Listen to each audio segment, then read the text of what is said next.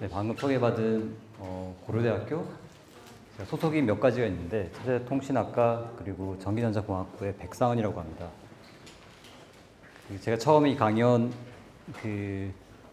이제 준비를 할 때 제가 딸이 둘이 있거든요. 그래서 저희 첫째가 중학교 2학년이고 둘째가 좀 텀이 있어서 초등학교 3학년인데 중학교 2학년 수준으로 맞춰달라고 말씀을 하시더라고요. 그래서 첫째한테 설명해 주는 정도로 생각을 하고 왔는데 둘째에 맞춰서 발표를 해야 돼서 상당히 긴장이 되고 있는데 제가 오늘 이 제목은 5G, 6G 아마 여러분들 다 스마트폰을 다 쓰고 계실 테니까 LTE라든지 5G 이런 말들은 들어보셨을 거예요. 네.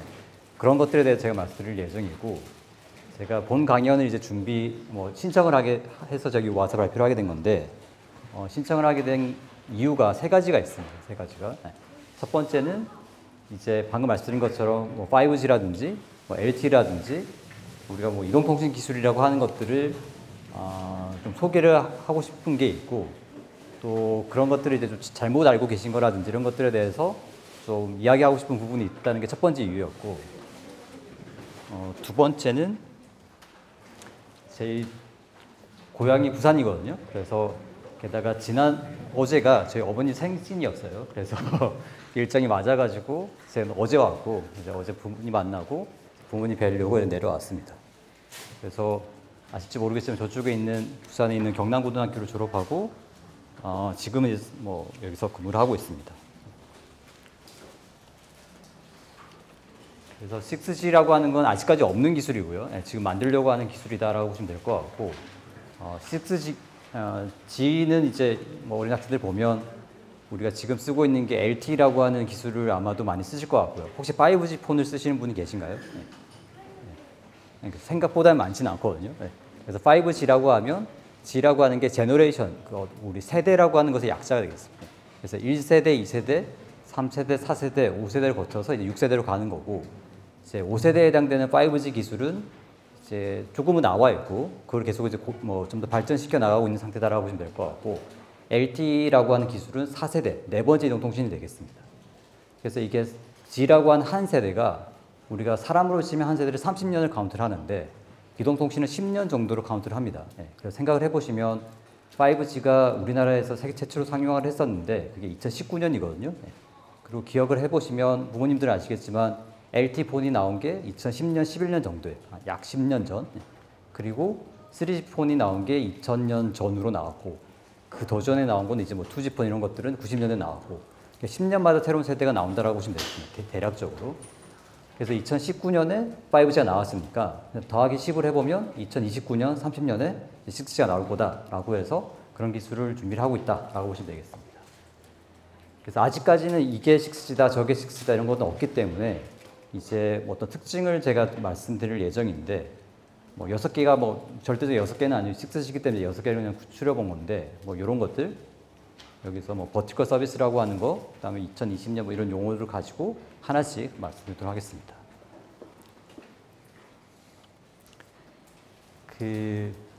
요즘 유튜브 많이들 보시니까 유튜브에 보면 우리가 특히 이동통신사 또는 이건 갤럭시 폰인데 광고를 보면 광고에서 어떤 전달하고자 하는 메시지들이 있거든요. 그 메시지에 저 지금 3G니까 3세대 이동통신의 특징 또 뒤에 보여드릴 동영상에서는 4세대 통신 등등의 특징이 조금씩 묻어납니다.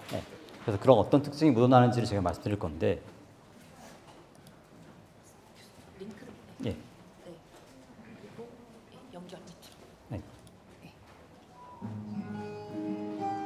특별한 건 아니고 이제 3G 할 때 광고 중에 하나거든요. 얼마나 기대되는지 이해할 수 있습니다. 나도 당신과의 만남을 기다려왔기 때문입니다. 갤럭시 S3를 지금 오직 키웠습니다. 삼성 갤럭시 S3.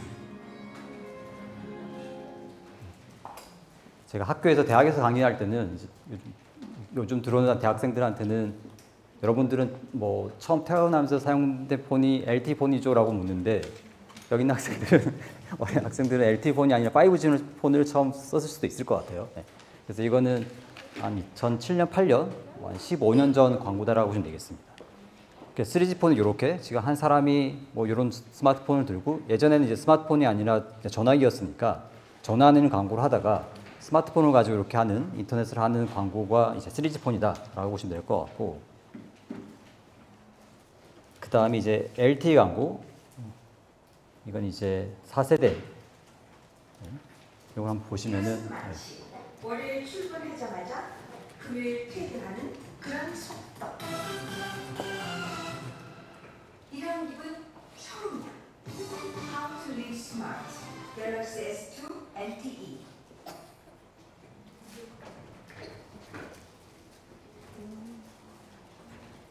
예, 광고 차이가 3G 폰하고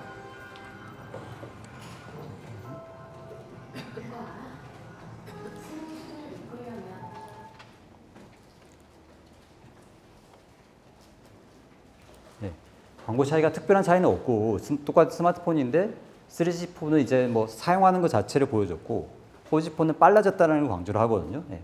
여러분들 뭐 직장인들이 이제 퇴근하자마자 출근하는 거니까 그만큼 빠르게 뭔가 할 수 있다라는 걸 강조하는 게 4G다, LTE다라고 보시면 될 것 같고 5G 폰은 조금 다릅니다. 뭐가 다른지를 잘 보셔야 되는데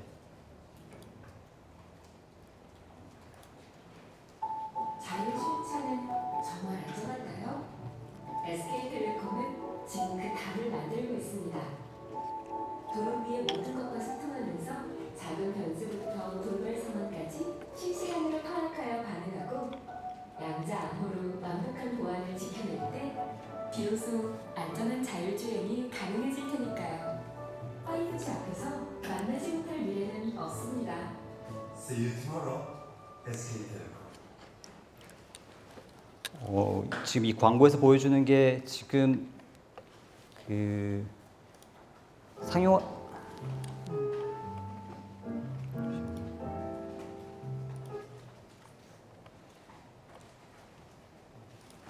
지금 우리가 쓰고 있는 5G 폰하고 좀 괴리감이 있긴 하거든요. 근데 어쨌든 5G 지향하는 바가 이런 거기 때문에 어떤 차이가 있을까요?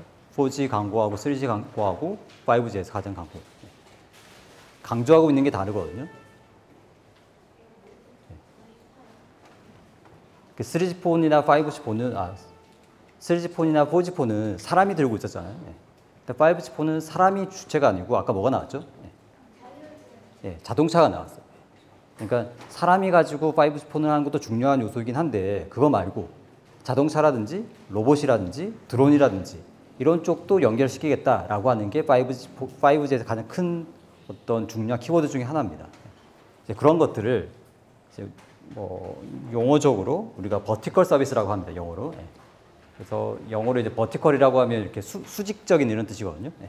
그래서 우리가 비슷한 것들을 뭔가 나열할 때는 수평적이다라고 이야기를 하고 서로 다른 것들을 쌓아 나갈 때는 수직적이다라는 용어를 사용을 하는데 버티컬 서비스라는 말은 기존에 이런 서비스가 있었는데 그것들과 비슷한 것들을 수평적으로 가는 것이 아니고 이런 것도 있고 전혀 다른 서비스 이런 것들이 섞여서 간다라고 하는 것이 버티컬 서비스의 용어가 되겠습니다. 그래서 5G 폰에서 지향하는 바는 여기 그림에 있는 것처럼 하나씩 보시면은 이쪽에 있는 영어로 되어 있어서 뭐 좀 그렇긴 한데 이 왼쪽에 있는 것들은 지금 우리가 스마트폰으로 하는 것들이에요. 그래서 UHD 스트리밍이면 지금 보고 있는 유튜브보다 훨씬 더 고화질의 스트리밍을 하겠다 이런 것이 되어 있고 그다음에 뭐 클라우드 이런 서비스가 있고 요 밑으로 가면 좀 전에 나왔던 이제 차량, 자동차도 있고 여기 하면 인더스트리얼 오토메이션이면 공장의 자동화, 공장의 로봇팔이라든 이런 것들이 있고 그런 것들을 5G로 연결해가지고 제어를 하겠다 이런 것들이에요. 근데 이런 것들하고 자동차나 공장에 있는 로봇하고 이런 스마트폰하고 차이점은 스마트폰은 사람의 목숨과는 관련이 없어요. 스마트폰에서 인터넷이 안 된다라고 해서 사람이 죽지는 않거든요. 그래서 자동차나 공장에서는 사람이 죽을 수도 있다는 거죠. 그래서 서비스 종류가 다른 게 밑에 이렇게 적혀 있는 게 아주 신뢰성, 아주 믿을만해야 돼. 데이터를 보냈는데 늦게 가거나 우리의 인터넷이 날씨가 안 좋거나 이러면 인터넷이 뭐 페이지가 안 열리는 경우가 있는데 그럴 수는 없다라도. 그럴 수는 없고 아주 신뢰성이 높아야 되고 그 다음에 뭔가 데이터를 보냈을 때 느리게 가는 건 허용할 수가 없다라는. 즉각적으로 갈 수 있는 서비스여야 된다라는. 인터넷과는 다르기 때문에 우리가 웹페이지 보는 거와 다르기 때문에 그 다음에 위쪽에 있는 거는 우리가 ULS 적혀 있고 뭐 웨어러블 기기 이런 거 적혀 있고 스마트 홈이나 스마트 시티 이렇게 적혀 있는데 이게 이쪽 도메인에서는 뭐 이런 용어를 씁니다. 매시브라고 하는 건 아주 많다라는 거고, 이제 머신 타입 커뮤니케이션이라고 해서 기계들끼리 통신한다라는 용어를 쓰는데, 우리가 흔히 이 용어 말고 다른 용어를 더 써요. 예. 무슨 용어를 쓰죠? 예. 이 통신 도메인에서는 MTC라고 줄여 쓰는데, 그거 말고 더 흔히 사용하는 게 IoT입니다. 예. 그래서 위쪽은 IoT. 예.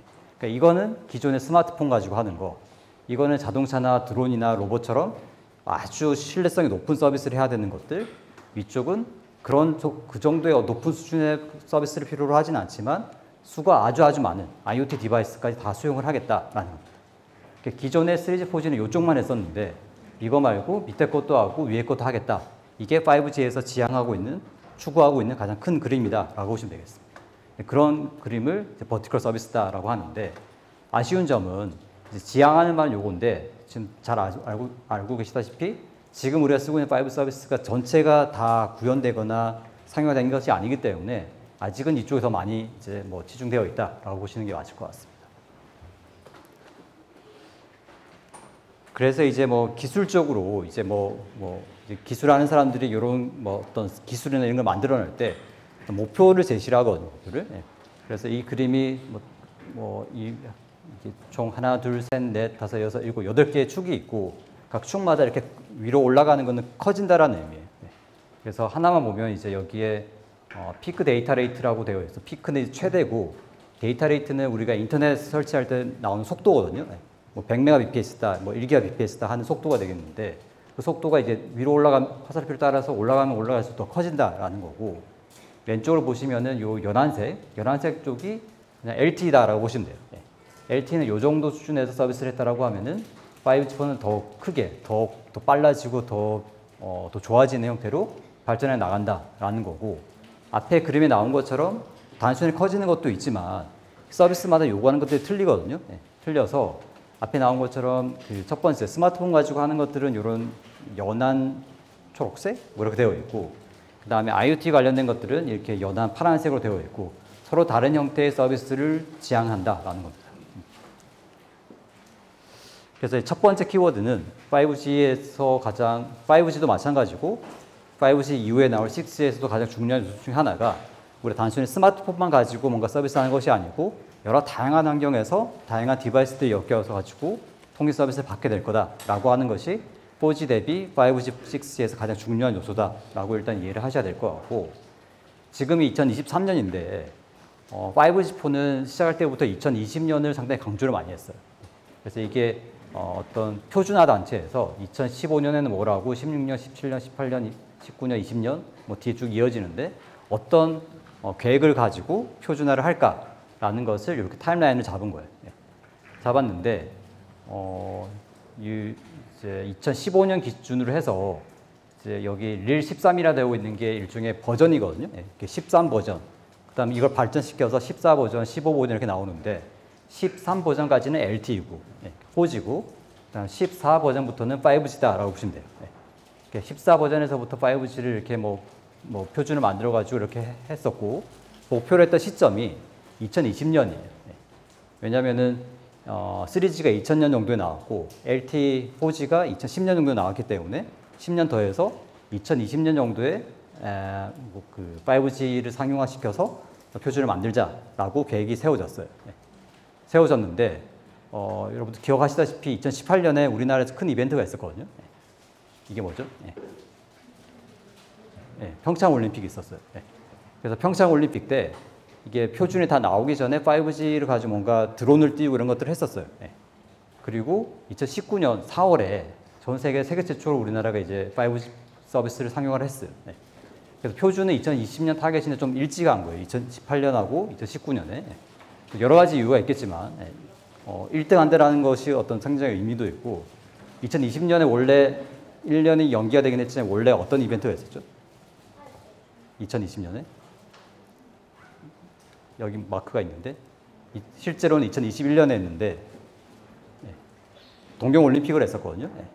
그래서 만약에 우리나라가 2018년, 19년에 이걸 하지 않았으면 모든 스포트라이트가 2020년 동경으로 가는 거예요.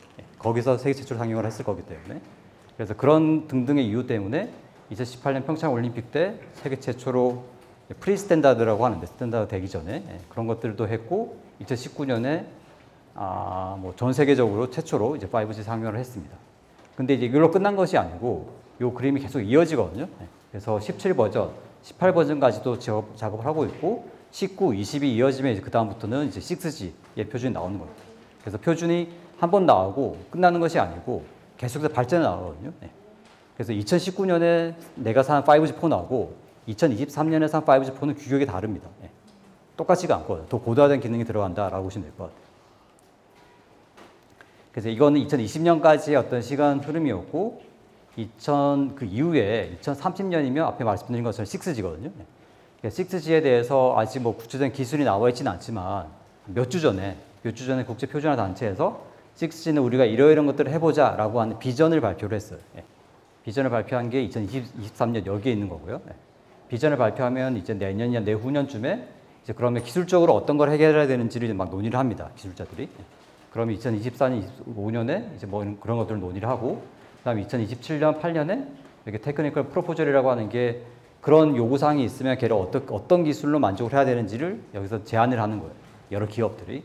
그럼 그것들의 표준이 완료가 되면 2029년, 30년에 이제 표준에 기반한 시스템이 나와서 6G가 이제 그 서비스가 되는 형태의 타임라인을 가지고 있다라고 보시면 되겠습니다.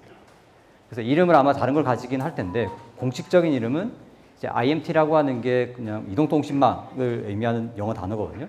그래서 거기 숫자를 붙인다고 보시면 돼요. 그래서 LTE는 IMT 2000이고 IMT 2010에 해당된다고 보시면 될 것 같고 5G가 IMT 2020이고 6G가 2030이다라고 보시면 되겠습니다. 10년 단위의 기술로 발전하기 때문에 2020년, 2030년 이게 어떻게 보면 그런 기술과 딱 맞물려서 발전하고 있다라고 보시면 되겠습니다. 그 다음에 두 번째는 속도에 대해서 이야기를 할 거거든요. 속도. 그럼 우리가 요런 그 BPS 요런 단위를 쓰는데 BPS는 우리가 집에 인터넷 설치하거나 와이파이 설치할 때도 다 달라붙는 단위가 되겠는데 그 B는 이제 비트, 그러니까 우리가 0 또는 1로 표현하는 비트가 되겠고 P는 이제 그냥 뭐뭐당이라는 의미고 S는 초가 되거든요. 그래서 BPS는 1초에 내가 몇 비트를 보낼 수 있느냐를 의미하는 거예요. 그럼 우리가 단위를 쓸 때 어린 학생들도 알겠지만 0이 3개 붙으면 뭐죠? 1000이고 그걸 우리 영어로 쓸 때 K로 쓰죠. 킬로그램 할 때. 그럼 0이 3개 더 붙으면 메가가 돼요. 메가가. 우리 메가 BPS 할 때 메가. 그다음에 또 3개가 더 붙으면 총 9개가 되면은 기가가 돼요. 그래서 20기가 BPS면 1초에 20 곱하기 10의 9승계 정도의 비트를 보낼 수 있는 속도다라고 보시면 돼요. 어쨌든 빠르다라는 거고 메가보다 빠른 거고 기가에서 0이 또 3개가 더 붙으면 테라가 돼요. 그래서 이게 1테라 BPS는 기가 BPS에서 0이 3개가 더 붙어가지고 더 빠른 1000배 빠른 속도를 제공한다는 거예요. 그래서 5G에서 목표로 했던 속도가 20기가 BPS다라는 거예요. 그럼 LTE, 4G, LTE와 비교를 하면 LTE에서 목표로 한 속도는 1기가 BPS예요. 근데 이것도 앞에서 말씀드린 것처럼 2010년에 샀던 LTE 폰하고 지금 사는 LTE 폰은 속도가 달라요. 기술이 계속 발전하기 때문에. 그래서 이거는 지금 사는 LTE 폰이라고 보시면 돼요. 2010년에 샀을 때 LTE 폰이 아니라. 그래서 어찌됐건 4G 기준으로 최대로 봤을 때 1기가 BPS 정도였고 5G는 20을, 이유는 모르겠지만 20을 좋아해서 20기가 BPS를 목표로 했습니다. 2020년을 타겟으로 해서. 그래서 최대 속도가 20기가 BPS니까 약 20배가 높아지는 거죠. 그리고 6G는 아직 이 수치는 나오진 않았는데 대략적으로 이렇게 될 거다라고 보통들이 이야기를 합니다. 그러면 5G가 20기가 BPS고 6G가 1테라 BPS가 되면 몇 배가 커진 거죠? 50배죠. 그래서 1기가 BPS에서 1테라가 하면 1000배인데 20기가에서 1테라가 왔으니까 50배가 커지는 거예요. 그래서 우리가 몇 배 커지는 건 큰 감흥이 없기 때문에 몇십 배 정도의 목표를 타겟으로 해서 기술을 만들고 있는 거예요. 그래서 4G 대비 이렇게 발전을 했고 뭐 다른 수치도 있지만 그다음에 5G와 6G를 비교했을 때도 20기가 BPS에서 50배 늘어난 1테라 BPS를 지원할 수 있고 뭐 여러 가지 등등의 뭐 뒤에서 더 말씀드리겠지만 뭐 초대역, 초공간, 초정밀, 초는 뭐 크다라는 의미니까 아주 좋은 것들을 많이 지원하는 것들을 기술적으로 만들겠다라고 이야기를 하고 있습니다. 여기서부터 이제 여러 가지 이슈가 생기는데 그러면 어떻게 해서 5G가 이렇게 4G에서는 1Gbps였는데 5G에서는 20Gbps를 달성할 수 있을까라는 거를 설명을 드릴게요. 이 앞에 강연에서도 이제 그 아까 전자레인지 나오고 했는데 우리가 그 통신을 할 때 스마트폰을 가지고 또는 와이파이를 가지고 신호를 보내면 눈에는 보이지 않지만 어떤 신호가 가고 있는 거거든요. 전파라고 하는 신호가 가고 있고 그 전파에 우리가 보내고자 하는 데이터가 실어서 가고 있다라고 보시면 돼요. 그럼 그 전파를 보내려면 주파수가 있어요. 주파수가. 그럼 주파수가 여기 있는 것처럼 이렇게 천천히 움직이면 낮은 주파수다라고 이야기를 하고 이렇게 위쪽으로 가면 빨리빨리 움직이면 높은 주파수다라고 이야기를 합니다. 우리가 뭐 라디오 방송도 이제 낮은 주파수 그 주파수를 바꾸면서 채널을 바꾸는 것처럼 그러면 이런 전파 자원을 가지고 여러 가지 용도로 사용을 해요. 앞에 강연에 나온 것처럼 전자레인지도 일종의 어떤 특정 대역의 전파를 활용해서 사용을 하는 거고 우리 집에서 보는 TV도 그렇고 라디오도 그렇고 또는 뭐 인공위성도 그렇고 뭐 또는 뭐 X선 뭐 엑스레이라든지 공항에서 뭐 그 어떤 이상한 물건이 없는지 감지하는 그런 것들도 다 이런 전파를 활용을 하는 거거든요. 그래서 어쨌든 전파가 이런 넓은 대역에 걸쳐 있고 낮은 주파수에서부터 높은 주파수까지 가는데 특징이 달라요. 특징이 어떻게 다르냐면 뭐 여기에 이제 전파를 이렇게 주파수의 대역에 따라 막 구분을 하는데 요건 아시죠? 가시광선인 거죠. 가시광선은 눈에 보이는 빛이잖아요. 이렇게 올라가면 얘는 빛이에요. 제가 지금 레이저 포인터로 이렇게 쏘는데 요것처럼 가는 빛이고 밑으로 내려가면 이렇게 느리게 가는 어떤 전파다라고 보시면 돼요. 그러니까 통상적으로 우리가 통신할 때 와이파이가 됐건 LTE가 됐건 5G가 됐건 대략 뭐 요 정도 대역을 사용을 해요. 요 정도 대역을 사용을 하고 이제 앞에서 5G가 되고 6G가 되면 좀 더 높아지려고 하는 경향이 있습니다. 그러니까 높고 낮은 게 어떤 차이가 있냐면 밑으로 내려가면 낮으면은 우리가 그 라디오 방송에서 AM, FM 있잖아요. 라디오 방송국은 뭐 부산으로 치면 부산의 어떤 높은 산 위에 한 곳에서 전파를 쏴요. 전파를 쏴도 어디서든 다 들려요. 그렇죠? 터널을 지나가도 라디오는 들린다. 약간 잡음이 끼긴 하지만 집에서 들리고 길에서도 다 들리거든요. 그런데 제가 이렇게 레이저 광선을 쏘잖아요. 그럼 제가 이렇게 쏘면은 저 바깥에서는 이 레이저를 받을 수가 있어요, 없어요? 없어요. 그래서 빛의 특성은 이렇게 해서 직진성을 가지기 때문에 통신을 하는데 유리할까요, 불리할까요? 통신이라고 하는 것은 제가 지금 말하는 것처럼 제가 말을 했을 때 여러 사람이 듣는 게 통신이거든요. 근데 레이저는 제가 누구한테 보내 이렇게 빔을 이렇게 포인팅 한다고 하는 것이 필요하다고요. 통신할 때 아주 불리해요. 그래서 밑으로 내려가면 갈수록 잘 퍼져나가고 위로 올라가면 올라갈수록 빛이기 때문에 얘를 통신하려면 아주 정교하게 건축을 해야 된다라는 거예요. 그런데 이게 우리가 데이터를 보내는 관점에 봤을 때는 여기 지금 올라갔다 내려갔다 하는데 올라갔다 내려갔다는 게 많으면 많을수록 데이터를 많이 보낼 수가 있어요. 한 번 올라갈 때마다 데이터를 하나씩 보내거든요. 그럼 여기서는 천천히 하나, 둘, 셋 보내는 거고 여기는 빨리빨리 왔다 갔다 하니까 여기는 빨리빨리 하나, 둘, 셋 이렇게 더 빨리 보내는 거예요. 속도를 높이는 데는 이쪽이 훨씬 더 유리해요. 근데 전파가 멀리 가진 않아요. 여기는 전파가 멀리 잘 퍼져나가는데 속도가 나진 않아요. 그런 장단점이 있기 때문에 통상적으로 이쪽을 사용을 했는데 점점 높아지려고 하는 경향이 있지만 그것 때문에 발생한 또 이슈가 있다라는 걸 이야기 드리고 싶은 거고 그래서 주파수에 따라서 전파 특성이 달라져서 잘 퍼져나가는 것도 있고 그렇지 않은 것도 있다라는 거고 또 하나 중요한 거는 이 뒤에 나오는 대역폭이라고 하는 것이 중요한데 대역폭은 이제 단어가 두 개 합쳐진 거죠. 대역과 폭. 대역이라고 하면 밴드고 이제 폭이면 이제 뭐 위에서 폭이 되어 있는데 얘는 그냥 심플하게 간단하게 여기 보시면 주파수가 1도 있고 2도 있고 3도 있을 거 아니에요. 두 개의 차예요. 길의 폭처럼. 그래서 1에서부터 2다라고 하면 1에서부터 5다라고 하면 5에서 1을 뺀 4가 대역폭이 되는 거예요. 대역폭은 뭐냐면 주파수는 앞에 말씀드린 것처럼 전파의 특징을 설명을 하는 거고 대역폭은 길의 폭이에요. 4차선이냐 8차선이냐 16차선이냐 그걸 결정을 합니다. 그럼 당연히 대역폭이 높을수록 속도가 빨라지겠죠. 그래서 대역폭을 넓게 잡는 게 통신하는 데 훨씬 더 유리하다라는 거예요. 속도를 높이는데. 그래서 우리가 지금 쓰고 있는 5G 폰 같은 경우는 주파수 대역을 두 군데를 씁니다. 3.5기가 좀 그 상대적으로 좀 느린 쪽, 그 다음에 28GHz 대역은 더 빠른 쪽, 아까 왔다 갔다를 빨리 하는 쪽이 있고, 혹은 이건 이제 최근에 LG 플러스도 추가로 받았는데 대략 3.5에서 3.41을 빼면 0.08이 나와서 80MHz 폭이에요. KT는 100MHz 폭, 여기는 100MHz. 그 다음에 28기가 쪽은 길이 더 넓어서 여기도 800MHz를 씁니다. 그러니까 길이 10배가 넓은 거예요. 10배가 넓기 때문에 똑같은 속도로 띄워도 10배만큼 더 많은 데이터를 보내는 거예요. 그러니까 얘가 더 좋겠죠. 근데 말씀드린 것처럼 28GHz를 뭐 통신에 관심이 있거나 뉴스를 보신 분은 알겠지만 지금 우리 통신사 3사는 28GHz 대역을 다 어떻게 했어요? 다 반납한 상태예요. 서비스를 못하겠다라고 해서.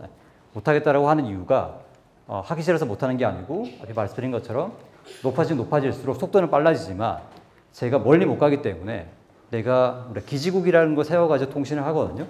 이렇게 오시다 보면 건물 위에 이렇게 네모난 박스 같은 것들이 안테나처럼 붙어 있는 것들이 있을 거예요.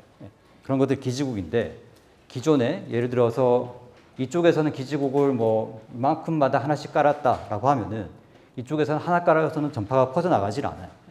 하나가 아니라 100개를 깔아야 돼요. 그럼 통신사들이 1조로 투자하던 것을 10조, 100조로 투자를 해야 돼요. 훨씬 더 많은 기지국을 깔아야지 통신이 가능하기 때문에. 그래서 약간 하고는 싶지만 하기 어려운 기술이다라는 거죠. 속도는 빠를 수 있지만 이게 전파 특성이 별로 안 좋기 때문에. 그래서 어찌됐건 길의 폭을 넓히는 게 중요하기 때문에 지금 장기적으로도 지금 280 되어 있는 것도 넓히고 이런 계획을 세우고 있습니다. 그래서 어찌됐건 우리가 통신을 할 때 속도가 중요하기 때문에 속도 관점에서 봤을 때는 여기 있는 것처럼 주파수, 어떤 주파수 위치에 있느냐도 중요하고 그 위치에서 대역 폭이 얼마나 넓으냐, 좁으냐에 따라서도 통신이 빨라질 수도 있고 속도가 빨라질 수도 있고 그렇지 않을 수도 있다라는.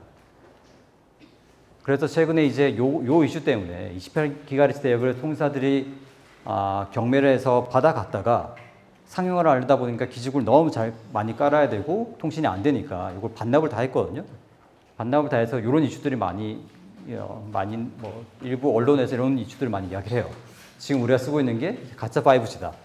또는 뭐 진짜 어쩌고 해서 진짜냐 가짜냐 이런 이야기를 하는데 요거에 대해서 제가 말씀드리고 싶어서 제가 자료를 준비한 거고 요런 기사를도 이제 뭐 인터넷에 올라와 있는 것이 있거든요. 이것도 한 2, 3년 된 자료인데 아이폰 12, 그러니까 지금 뭐 14, 15로 나올 테니까 한 2, 3년 전 자료인데 12에서 이제 이 기사의 요지는 아이폰 미국에서 판매하는 아이폰은 앞에 말씀드린 28기가가 못 쓴다고 했는데 우리나라에서 28GHz 대역을 쓸 수 있는 칩이 들어가 있고 한국에서 판매하는 아이폰 12에는 28기가를 못 쓰게 되어 있기 때문에 우리나라는 절반만 쓰고 있다. 그래서 가짜 5G를 우리나라에서 하고 있다. 미국은 잘하고 있는데 우리나라는 못하고 있다. 라고 하는 잘못된 기사를 쓴 겁니다. 잘못된 기사라는 거 제가 말씀드릴게요. 그래서 지금 어쩌고저쩌고 하는 게 이제 미국 같은 경우는 우리나라 SKT에 해당되는 게 버라이전이라고 하는 회사가 있고 T-모바일, 뭐 AT&T 이런 회사들이 있거든요. 이런 회사들이 이제 28GHz 대역, 높은 주파수 대역을 가지고 서비스를 하려고 했던 건 맞아요. 하려고 했는데 미국에서 잘 하고 있느냐? 전혀 그렇지가 않거든요. 앞에 기사는 잘못 해석을 한 거고. 요 지역이 뉴욕 도시예요. 뉴욕 맨하탄 시티. 거기서 여기 빨간색 보이시죠? 빨간색 요 점들이 지금 28GHz 대역으로 통신이 가능한 점들이에요. 지역들. 무슨 말이냐? 저 점을 벗어나면 28GHz 대역을 쓸 수가 없어요. 그러니까 저 하얀색 영역으로 가면은 28기가가 아니라 5G도 아니고 미국 같은 경우는 LTE가 더 많기 때문에 이쪽에 빨간 점에 딱 들어가면 내가 28GHz 잠깐 쓸 수 있는데 벗어나면 LTE를 쓰는 거예요. 그래서 시간을 봤을 때 24시간 중에서 하루에 평균 7분 정도를 28GHz를 쓸 수 있는 거예요. 마치 앞에 기사는 미국에서는 28GHz가 너무 잘 돼가지고 투자를 많이 해서 잘하고 있는 것처럼 설명을 해놨지만 현실적으로는 7분 정도를 써요. 24시간. 정말 지나가다가 우연히 걸리면 그게 쓰는 거고 나머지는 평균적으로는 한국이 훨씬 더 빨라요. 그걸 뒤집을 수가 없거든요. 땅이 훨씬 더 넓기 때문에 한국 통신사가 좋고 나쁘고를 떠나서 속도는 무조건 빠를 수밖에 없습니다. 미국 대비 평균을 재면은. 그래서 28GHz 대역을 미국에서 잘 쓰고 있다는 것은 팩트가 아니라는 거고 실제로 버라이전이 28GHz 대역 가지고 열심히 하려고 했다가 너무 안 돼가지고 다른 주파 대역을 받아서 다른 주파수를 지금 깔고 있는 상태예요. 그래서 한국이 힘들면 미국도 힘든 거고 미국이 힘들면 한국도 힘들기 때문에 기술적으로 풀어야 되는 이슈가 많다라는 거고 28GHz 대역은. 그래서 드리고 싶은 말씀은 이게 가짜냐 진짜냐의 문제가 아니거든요.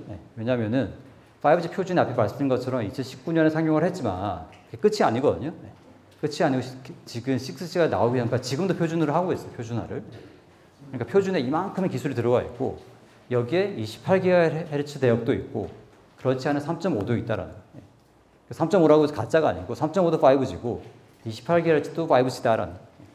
그래서 여러 포괄적인 표준 중에서 일부를 상용을 하고 나머지는 또 다른 영역에 쓰겠다라는 건데 좀 자극적으로 기사 나오고 있다라는 거고 자극적으로 나오는 이유 중에 하나가 어떻게 보면 통신사들이 과대 광고를 꽤 해요.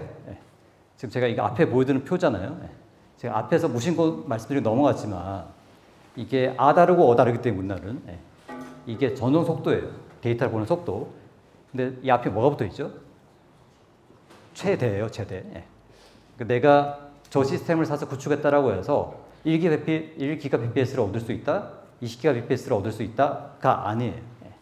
아니고 최대로 이론적으로 모든 걸 다 떠나서 이상적으로 얻을 수 있는 속도가 20GBps고 현실적으로는 무조건 이거보다 작은 속도다라는 의미예요. 사실 최대이기 때문에. 통신 시스템을 모든 걸 다 설치를 하고 표준이 다 끝났을 때 나올 수 있는 게 20GBps인데 기술적으로 이거 잘 읽어보면 최대이기 때문에 실제로 욕설 속도가 안 나오는 게 너무 당연한 건데 이게 마치 광고를 할 때는 20GBps가 내일 당장 될 것처럼 이야기를 하는데 지금도 안 되거든요. 기술적으로 풀화될 이슈들이 많기 때문에. 그래서 이거는 장기적으로 앞에 말씀드린 것처럼 2030년이 돼야지 시지가 나올 거고 그 전까지는 5G가 계속 발전이 나가기 때문에 그때까지 목표로 하고 있는 수치가 20GBps다. 이렇게 해석을 하셔야 돼요. 그렇게 해석을 하셔야 되고 더 중요한 건 밑에 있는 거예요. 밑에 있는 것처럼 실제로 어떤 시스템은 20GBps지만 사람이 많으면 그 속도를 나눠 가질 수밖에 없거든요. 차선을 내가 다 쓰면 속도를 많이 보내지만 차선이 이렇게 넓다고 하더라도 2명이 있으면 반을 나눠 쓰는 거고 4명이 있으면 4분의 1을 나눠 쓰는 거예요. 그래서 실제로 체감하는 거는 밑에 것처럼 여러 사용자 수를 나눠 가지고 이 정도 수준. 그러니까 뭐 4G면은 10Mbps 정도가 되고 5G는 요 10배 정도, 100배 정도 높아질 속도가 된다라고 보시는 게 현실적으로 타당한 수치다라는 겁니다. 그래서 처음부터 약간 과장돼서 어필된 부분이 있다 보니까 20GBps가 너무 강조가 됐고 현 시점 봤을 때 지금 상용화한 지 4년이 지났지만 아직 이게 달성이 안 되니까 가짜다, 사기다라고 하는데 사기는 아니고요. 사기는 아니지만 좀 과장된 부분이 있다라고 말씀드려야 될 것 같습니다. 그래서 제일 확 와닿는 게 속도에 대한 거기 때문에 제가 속도에 대해서 말씀드렸고 속도 말고 앞에 말한 것처럼 이제 자율주행 자동차 이런 것이 있으면은 이런 것들을 하려고 하는 거거든요. 제가 집에서 그냥 뭐 게임기처럼 뭔가 뭐 엑셀을 밟거나 브레이크를 밟아도 실제로 저기 자율주행 자동차가 제어가 될 수 있는 시스템을 만들고 싶은 거예요. 그럼 내가 집에서 그 브레이크를 밟았을 때 잠깐만 하고 브레이크가 발효될 수는 없잖아요. 그렇죠? 내가 밟는 순간 즉각적으로 통신적으로 신호가 가서 차가 바로 멈춰야 되잖아요. 사고를 방지를 하려면. 그래서 그런 측면에서 봤을 때 우리가 지연 시간이라고 하는 시간, 딜레이라고 하는 이 시간을 줄이는 것이 중요합니다. 이걸 줄이는 기술이 여러 가지가 있는데 그 중에서 이제 5G, 6G에서 중요하다라고 이야기하는 것 중에 하나가 이게 그 인터넷에서 나오는 자료고 전국에 있는 휴게소 맛집, 휴게소에서 유명한 메뉴들을 보여주는 거거든요. 그럼 예를 들어서 여기 청송 휴게소에 사과 돈가스가 유명하다라고 하면은 저걸 먹고 싶으면 저기까지 가야 되잖아요. 청송까지.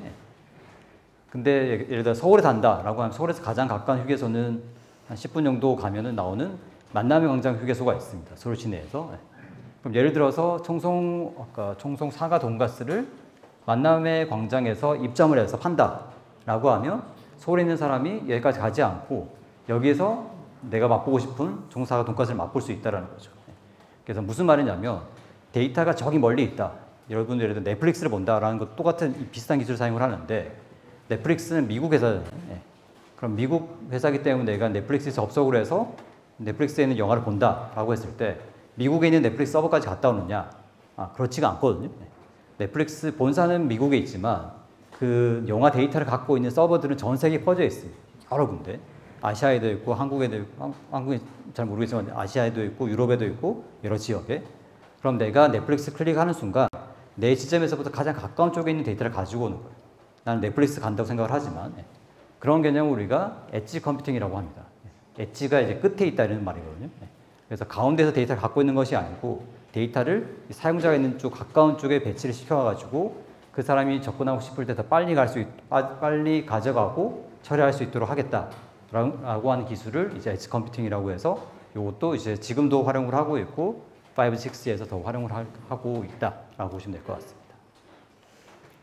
다섯 번째는 이제 요즘 뭐 인공지능, AI 이런 이야기를 하는데 이제 6G에서도 이제 AI 이런 것들을 잘 써가지고 통신망 네트워크도 잘 설계하려고 하는 것도 있고 또 하나는 이제 네트워크가 아주 복잡한 요소거든요. 실제로 우리가 내가 스마트폰 가지고 뭔가를 한다라고 했을 때 스마트폰밖에 사실 보이는 게 없지만 여기도 저기 보면 저기 와이파이 공유기거든요. 집에 저렇게 벽에다 공유기를 설치한다고 해서 저것만 가지고 인터넷이 되지 않거든요. 저 뒷단으로 해서 공유기 뒤에 연결되는 네트워크 조수가 아주 많습니다. 그걸 우리가 네트워크라고 하는데 그 네트워크를 잘 관리하는 게 아주 복잡하고 어려운 일이다. 그래서 그런 것들을 잘 해결하기 위해서 뭐 인공지능 같은 것도 써가지고 네트워크를 뭐 자동화해서 관리하는 기술을 또 연구를 하고 있습니다. 마지막으로 또 이제 6G에서 많이 언급되고 있는 기술 중에 하나가 이제 위성통신이 되겠습니다. 그래서 위성이 뭐 중국에서도 이것도 이제 보통 기사는 반만 믿고 반만 믿지 않는 게 맞을 것 같은데 그냥 이것도 그냥 6G라는 말을 그냥 빼고 그냥 중국에서 통신을 위한 인공위성을 발사했다라는 것도 있고 요즘 뉴스에 자주 나오는 앨런 머스크 이런 사람들도 위성을 쏘고 있죠. 그러니까 그 사람들이 왜 그런 걸 쏘느냐? 이런 뭐 스타링크나 이런 거 쏴가지고 그런 그 위성들로 구성된 네트워크를 구성을 합니다.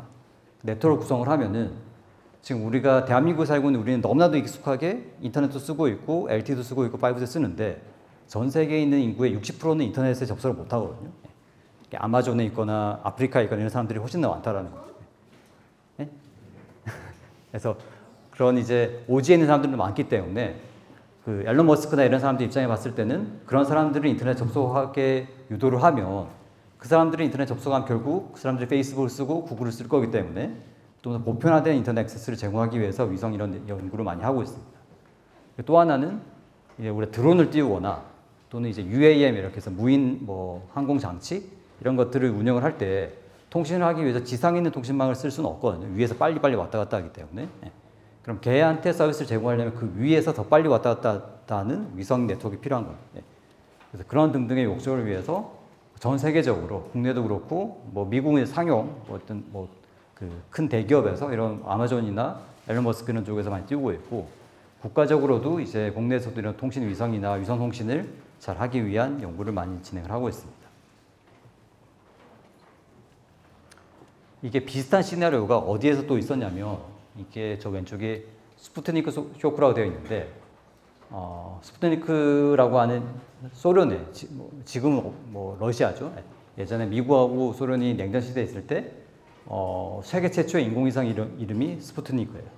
스푸트니크 2로 쇼크에서 저게 다큐멘터리도 있는데 이렇게 생긴 건데 그래서 미국하고 소련이 열심히 과학 기술을 가지고 경쟁을 할 때 미국이 당연히 우리가 세계 최고다, 최강이다라고 생각을 하고 있었는데 1957년인가에 스푸트니크 1호 위성을 소련이 쏘는 걸 보고 미국이 충격을 받아요. 당연히 우리가 더 잘할 줄 알았는데 소련이 세계 최초로 인공위성을 쐈기 때문에 그 쇼크를 받아가지고 미국이 한 기관을 만들어요. 한 연구소를. 그게 무슨 연구소일까요? 나사를 만들어요. 나사를 만들어서 그때부터 온갖 기술과 자금력을 투입을 해서 여러 가지 기술을 만들어냅니다. 앞에 나왔던 전자레인지 이런 것도 나사에서 만들어낸 기술로 알고 있고 또 하나가 이 나사를 포함해서 국방부에서 미국과 소련이 냉전 시대였기 때문에 서로 언제 공격할지는 모르잖아요. 미사일을 쏠지를. 그래서 그때 고민이 됐던 게 소련이 우리한테 미사일 공격을 해도 미국 본토에서 통신이 돼야 된다. 통신이 돼야지 뭔가 커맨드를 내리고 뭔가 메시지를 주고받을 거기 때문에 그렇게 해서 그런 어떤 네트워크를 만들어 보자 라고 해서 나온 게 지금 우리가 쓰고 있는 인터넷입니다.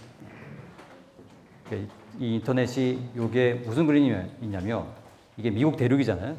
세계 최초의 인터넷에 연결된 노드가 요 4개예요. 지금은 전 세계 어디서든 아니 뭐 아주 많은 지역에서 인터넷 접속을 할 수 있지만 처음에 인터넷이 만들어진 거는 이제 알파넷이라고 하는 미국 국방부에서 만들어낸 프로젝트 시작을 한 거고 여기에 뭐 그 스탠포드 쪽하고 뭐 UC 산타바바라, UCLA 등등에서 4개 노드가 4개의 지점이 인터넷에 연결되고 이렇게 점점 커져가지고 지금 우리가 쓰고 있는 인터넷이 된 겁니다. 그래서 이게 요걸 말씀드린 이유가 앞에 나온 것처럼 위성이라고 하는 거에서 시작을 해가지고 과학기술을 발전을 해서 지금 너무나도 쉽게 쓰고 있는 인터넷으로 이어지는 것까지 왔다라는 거죠. 또 하나 재밌는 거는 지금 미국이 지금 뭐 우리나라가 통신 강국이고 이렇게 이야기를 하는데 미국이 열심히 또 6G 기술 개발을 하려고 합니다. 그렇게 하는 이유가 뭐 미중 경쟁, 미중 갈등 이것과도 연계가 되어 있는데 요게 이 표가 전 세계에서 우리가 4G, LTE, 5G 이런 쪽으로 이어지는 이동통신 기술에서 누가 표준화를 많이 하고 있느냐. 이쪽은 다 표준에서 이제 누가 표준을 많이 갖고 있느냐가 힘이기 때문에 하는 것을 보여주는데 이게 제일 왼쪽부터 순이거든요, 그냥. 왼쪽 화웨이는 어느 나라 회사죠? 중국 회사고 에릭슨은 에릭슨이 아주 이쪽 분야에서는 아주 유명한 회사인데 아시는 분은 그렇게 많지가 않아요. 스웨덴 회사입니다. 스웨덴. 노키아는 핀란드 회사예요. 그러니까 에릭슨하고 노키아가 우리가 스웨덴과 핀란드는 그 이케아 같은 가구만 만들 것 같잖아요. 근데 그 스웨덴하고 그 핀란드 이런 나라가 통신을 잘하는 이유가 있어요. 그쪽에 스칸디나비아 반도라고 하잖아요. 스칸디나비아 반도는 산이 많아요. 눈도 많이 오고.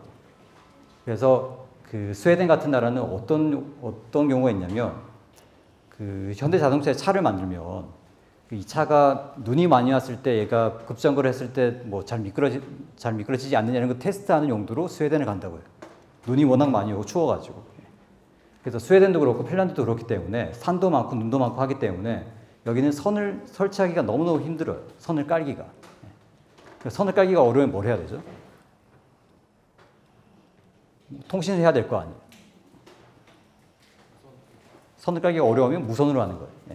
그래서 핀란드하고 노키아가 이런 회사들이 이동통신 쪽에 큰 힘을 가지고 있고 우리가 생각은 미국이 뭐든지 잘할 것 같은데 이동통신 쪽은 중국은 일단 인구수가 워낙 많기 때문에 화웨이가 1등이고 에릭슨 노키아가 2, 3등이고 퀄컴은 미국 회사예요. 근데 퀄컴은 일단 칩만 만들기 때문에 일단 차이나 모바일도 중국 회사 삼성이 한 5등 정도로 해요.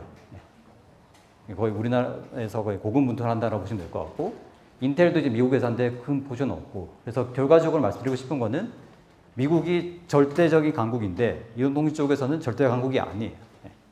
표준을 보시면 에릭슨, 화웨이, 노키아 또는 삼성이 훨씬 더 파워가 셉니다. 그래서 미국에서는 그거 이러면 안 되겠다. 5G에서 핵심적인 기술들이 중국 거거나 스웨덴 거거나 핀란드 거거나 이렇게 되어 있기 때문에 미국이 이제 중국과 경쟁을 하고 있으니까 미국 중심으로 뭔가 이런 시스템을 만들어 보자라고 해서 이런 활동들을 하고 있어요. 그래서 이 기업들을 보시면 중국 회사는 없어요. 의도적으로 배제를 했기 때문에 그래서 미국 중심으로 해서 서로 우방국에 해당되는 에릭슨이나 우리 잘 아는 마이크로소프트, 뭐 삼성 등이 모여가지고 우리끼리 잘해보자라는 것도 이야기를 하고 있어요. 그래서 이런 맥락에서도 6G라고 하는 게 어떻게 보면 많은 분들이 5G가 아직 완전히 끝나지도 않았는데 6G라는 게 시기상조다라고 생각할 수도 있지만 기술 개발이 하루아침에 일어나지 않기 때문에 계속해서 뭔가 발전하기 위해서 노력을 하고 있는 거고 또 특히나 미국에서 반도체도 그렇고 이런 쪽으로 해서 서로 주도권을 갖기 위한 경쟁을 열심히 하고 있다라고 보시면 되겠습니다. 그 일환으로 우리도 열심히 하고 있다라고 보시면 될 것 같고 그래서 뭐 정부에서도 이런 6G 시범 서비스를 향후에 몇 년 동안 투자를 해서 진행하겠다라고 이제 추진을 시작을 하고 있고 2026년 정도에 말씀드린 것처럼 실제 우리가 사용자들이 쓰는 거는 2030년 정도가 될 것 같아요. 30년 이후가 될 것 같은데 시범 서비스니까 이런 게 가능하다라는 것을 보여주는 것들은 한 2026년 정도도 나올 수 있을 것으로 예상을 하고 있습니다. 제가 아까 시작할 때 오늘 제가 강연에 참석한 이유가 세 가지다라고 말씀드렸고 세 번째 나중에 말씀드린다고 했는데 세 번째 이유가 이거거든요.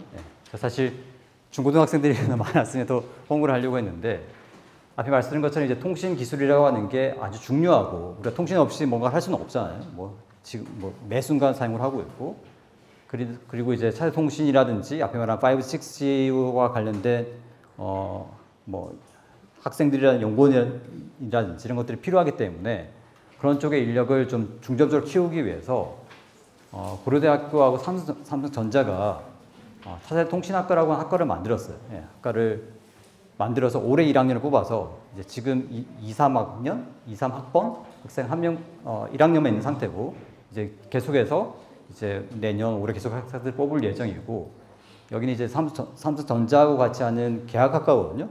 그렇기 때문에 이 학과에 입학을 하시면 등록금이라는 생활비 이런 것들을 다 삼성에 지원을 합니다.